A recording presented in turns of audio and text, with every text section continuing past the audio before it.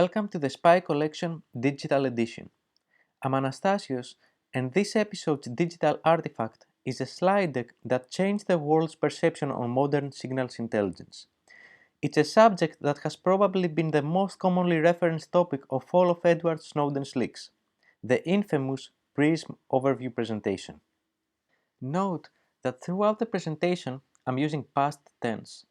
The reason is that although many, if not all of the components of PRISM might still be present or even expanded, the aim of the video is to document this invaluable historical digital artifact, not an investigative research on its current capabilities, status, and operation. That said, the slide deck consists of around 20 slides from NSA's SSO, that is, Special Source Operations. In summary, after the 9/11 terrorist attack, the United States intelligence community wanted to make sure that this will never happen again. This resulted in taking various actions. One of them was Section 702 of the Foreign Intelligence Surveillance Act, or simply FISA. FISA Amendments Act of 2008 is where PRISM was relying on. Section 702 allowed a very wide type of surveillance that was reviewed by a close-to-the-public court, the FISA court. The United States government could ask literally anyone based in the US to comply with it, providing the data that they have, and by law, they had to comply.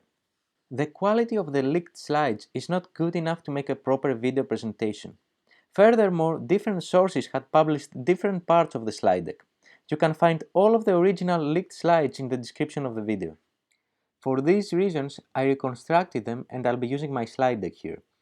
Note that I try to replicate all of the details of the original slides, so there should be no significant deviation, at least no deviation that alters the content by any means. The layout might be slightly different though, since I reconstructed them in a widescreen format. On the top left of the document, we have its classification. In this case, we have top secret, which means that unauthorized disclosure can result in exceptionally grave damage to national security. Then we have SI, which stands for Special Intelligence, and it's a compartmented access qualifier, which is there to protect the sources and methods being used. Then we have ORCON, which stands for Originator Control, and it's another compartmented access qualifier, which gives the owner of the classified content control over its dissemination. And lastly, we have No Foreign. This stands for No Foreign, and it means no foreign dissemination to restrict sharing with foreign nationals. Underneath that, on the left, we have the seal of SSO. This was a division of the NSA responsible for programs related to collecting data from major network links, both inside the United States and overseas. On the top, we have a few company logos that were part of the original PRISM, and on the right side, we have the PRISM logo. PRISM was an NSA code name for a program that was allowing the NSA to collect data at scale using FISA court orders and corporate partnerships. As you can see, the title says PRISM/United States 984 X-ray November. The latter code is what is known as a SIGAD, a SIGINT activity designator, and is used to indicate a line of signals intelligence collection.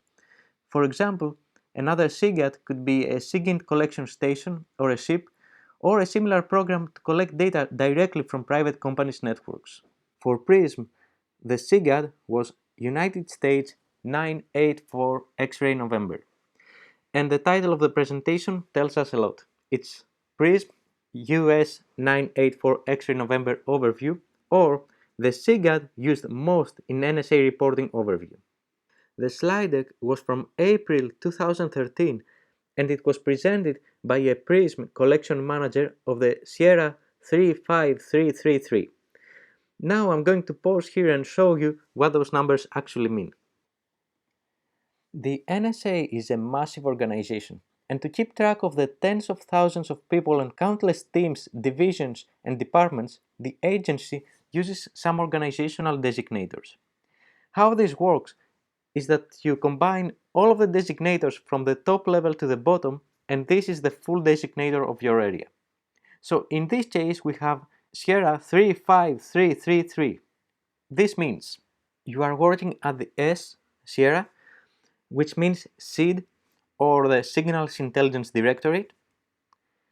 and the S3 is the data acquisition. 3.5 is the Office of the Special Source Operations, the SSO. I was unable to find any details of S353, but there was one interview by Edward Snowden that called it as the Eagle people at Special Source Operations.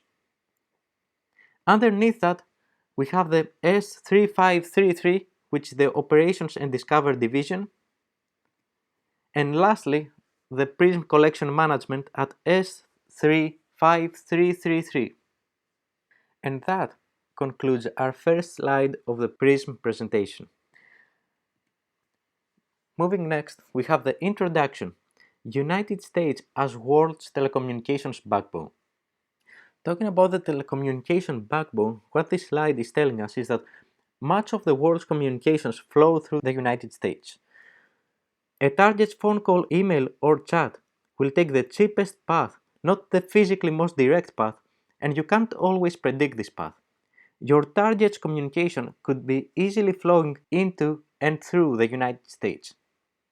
This is telling us that the internet traffic, whether you are an individual or any organization, is routed by the most efficient network path.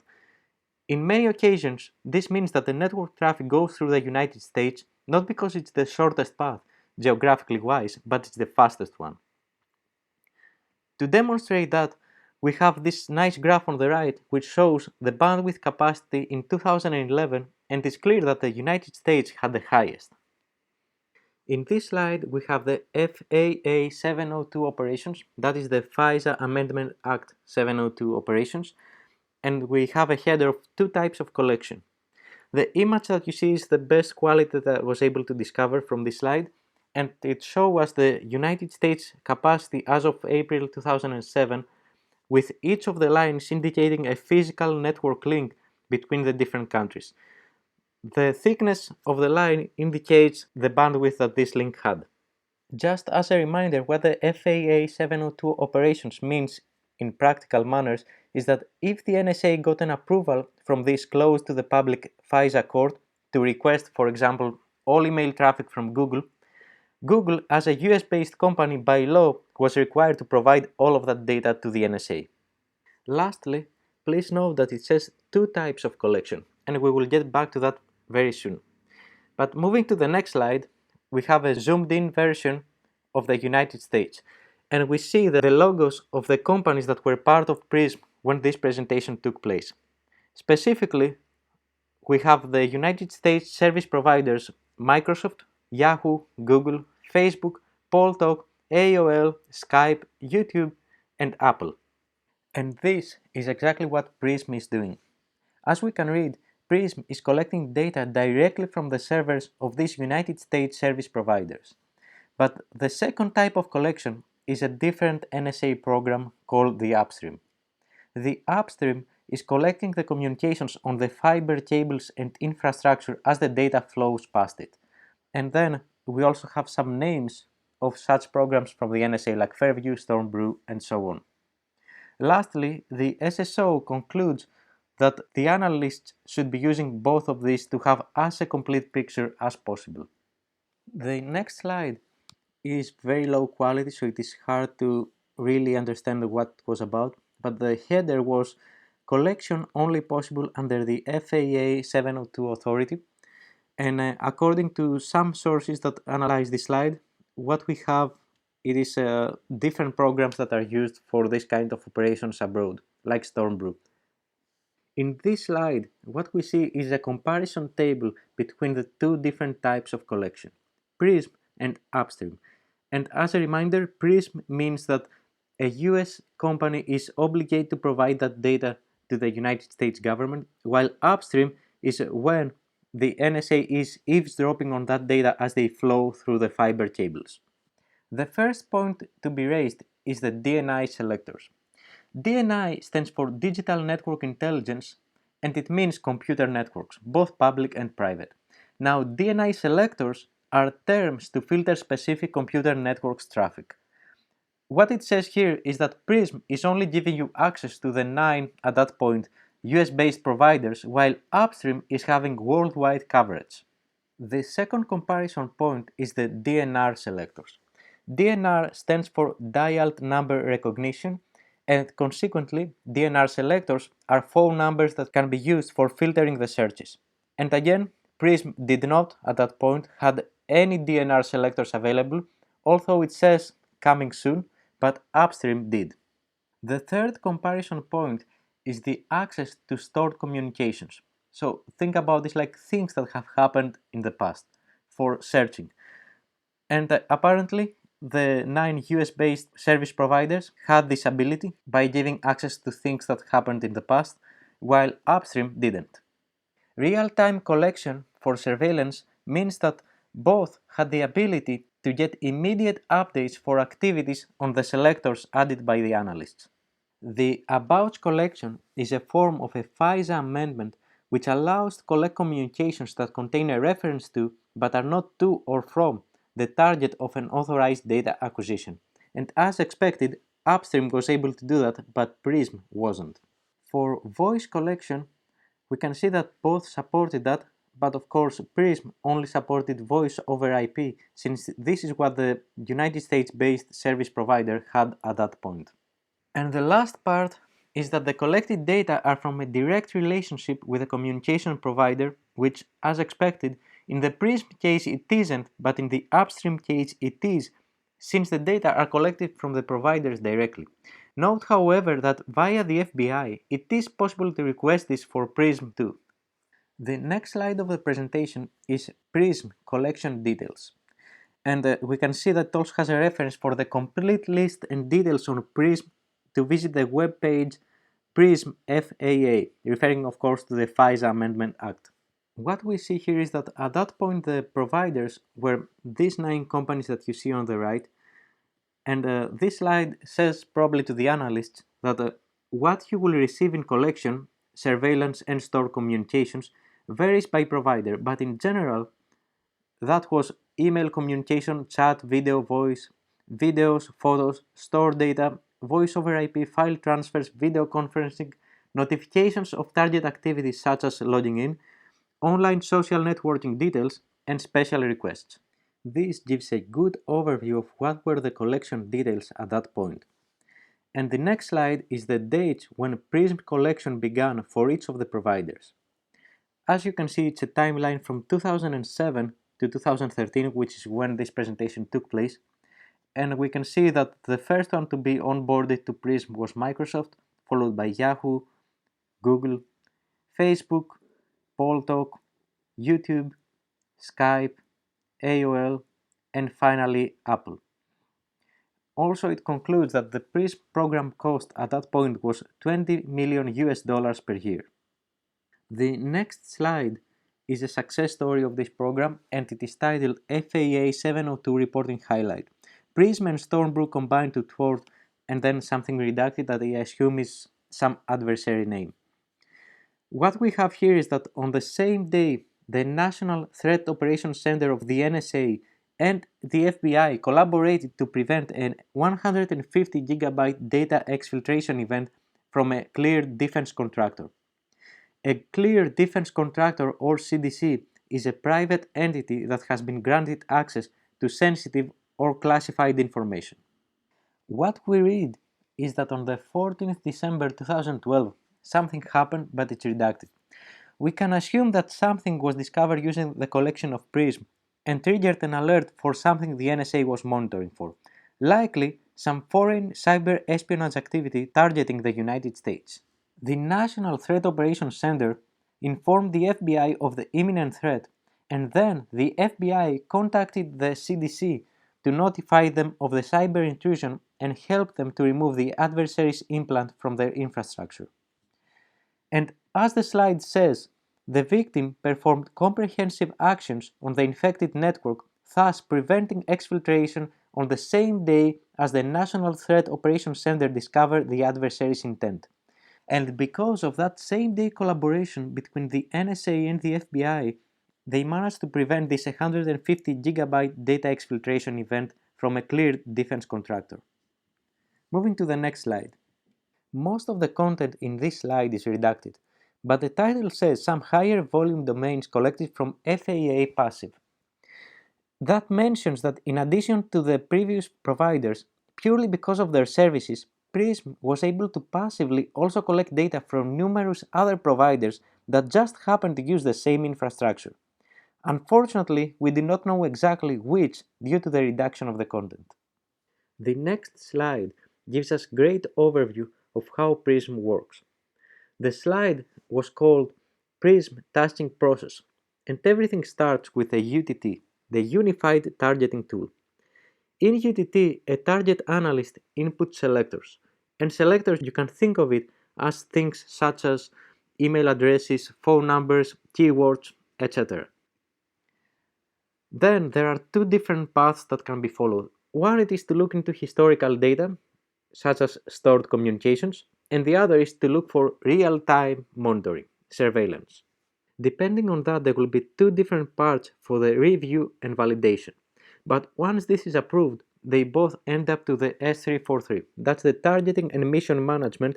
That is where the final targeting review and release is happening. Once all of the reviews are done, UTT is updated and the request is passed to Printaura.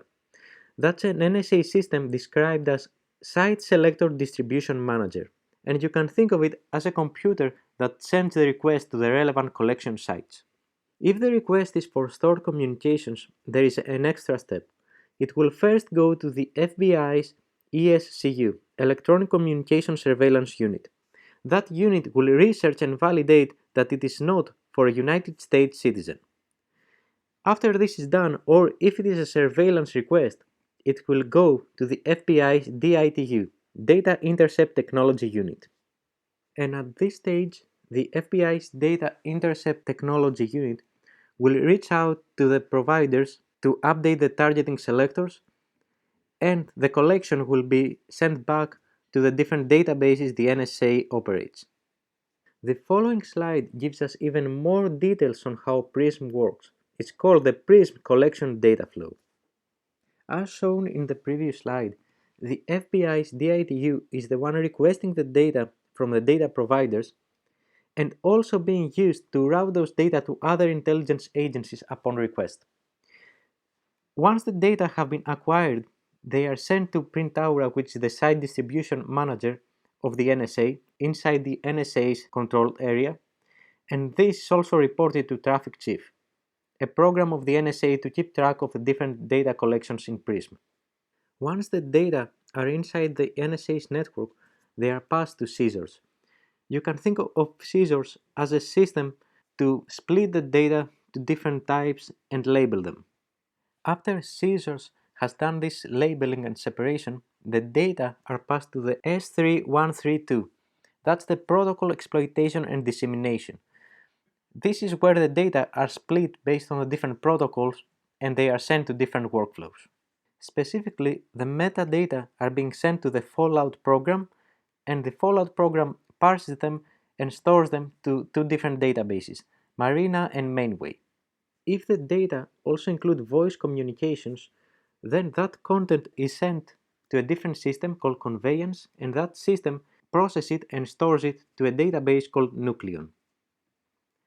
If the data also included some DNI content, that means computer network content like videos, posts, and things like that, it is sent back to Scissors, and the Scissors is storing that to the FAA partitions in Pinwheel, which is another NSA system for this type of content. Now that we have a good idea of the process and the data flow, we're moving to the case notations. How Prism is separating all of the different cases that are being monitored is using case notations such as the one you see here. The first two letters indicate the Prism provider, and here you can see the ones that were available when this presentation took place. Next, it's the content type, and for example, in this case, the content type was email, but as you can see, it could also be a web forum, it could be stored communications, instant messaging, videos, etc. SQC is a fixed trigraph that denotes that the collection source was Prism, and the next two numbers indicate the year that the case number was established for this selector. So in this case, it could be 2012. Lastly, is the serial number of the case. The next slide is called RePrism FISA tips, and unfortunately it's heavily redacted and there are not a lot of information about this. What we do see is a screenshot of a web application that is likely giving access to parts of Prism data, probably the Prism records described earlier. For example, in the center of it we can see a search function, and on the left side some quick access links such as see the entire list and see the NSA list. This slide is showing us the growth in 2012. It is titled Unique Selectors Tasked to Prism in Fiscal Year 2012, and it includes an aggregation of all of the providers. As we can see, it had 32% increase, and at the end of the year it had over 45,000 selectors. Also in this graph we see that with blue color we have the total selectors and with red color the new selectors. Lastly, in the center of it we have a breakdown for the biggest data providers of Prism. For the next slide, it is titled A Week in the Life of Prism Reporting, sampling of reporting topics from 2 to 8 February 2013, and it gives some idea of what are the topics that analysts were using Prism for. For example, in Mexico, we can see that they were looking for narcotics, energy, internal security and political affairs, or in Venezuela for military procurement and oil. However, a different version of this slide is this one you see over here, which also includes Colombia. This slide is titled Prism-based reporting from June 2011 to May 2012, and it is sorted by the number of Prism-based reports per OPI, and OPI is the Office of Primary Interest. As we can see, the one highlighted in yellow is the S2H, which is the office dedicated for Russia, and it had 176 reports based on Prism, which means 159% increase. Just above it we have the United Kingdom's GCHQ that had almost 200 reports with an increase of 137%, and so on. You can read the rest of the table on your own. Next we have the FAA 702 UTT DNI tasking, a snapshot from 30 January 2013. And just to remind you, DNI means computer network related selectors. Once again, you can read the data on your own, and the one highlighted is the S2H, which is the Office for Russia. And going to the closing, we have the What's Next slide, where we read that in April 2013, the NSA was planning to add Dropbox as a Prism provider. They also wanted to add cyber threat certification, expand collection services from existing providers, and change the UTT's tasking system to allow tasking of phone numbers and sending one selector to multiple providers. Finally, we have the conclusion, or as the header says, what to remember. By now, everything mentioned here should be very clear, so I'm just going to read the notes as they are written in the slides. First, Prism is one of the most valuable, unique and productive accesses for the NSA. Don't miss out on your targets. Second point, recommend tasking all DNI and DNR selector to FAA 702 if they meet the criteria. Your target's communication could be flowing through the SSO's accesses which only FAA can access. Communication paths constantly change. The third point is that recommend using rules-based tasking in UTT to ensure that both Prism and passive upstream SSO FAA accesses are given to the selectors.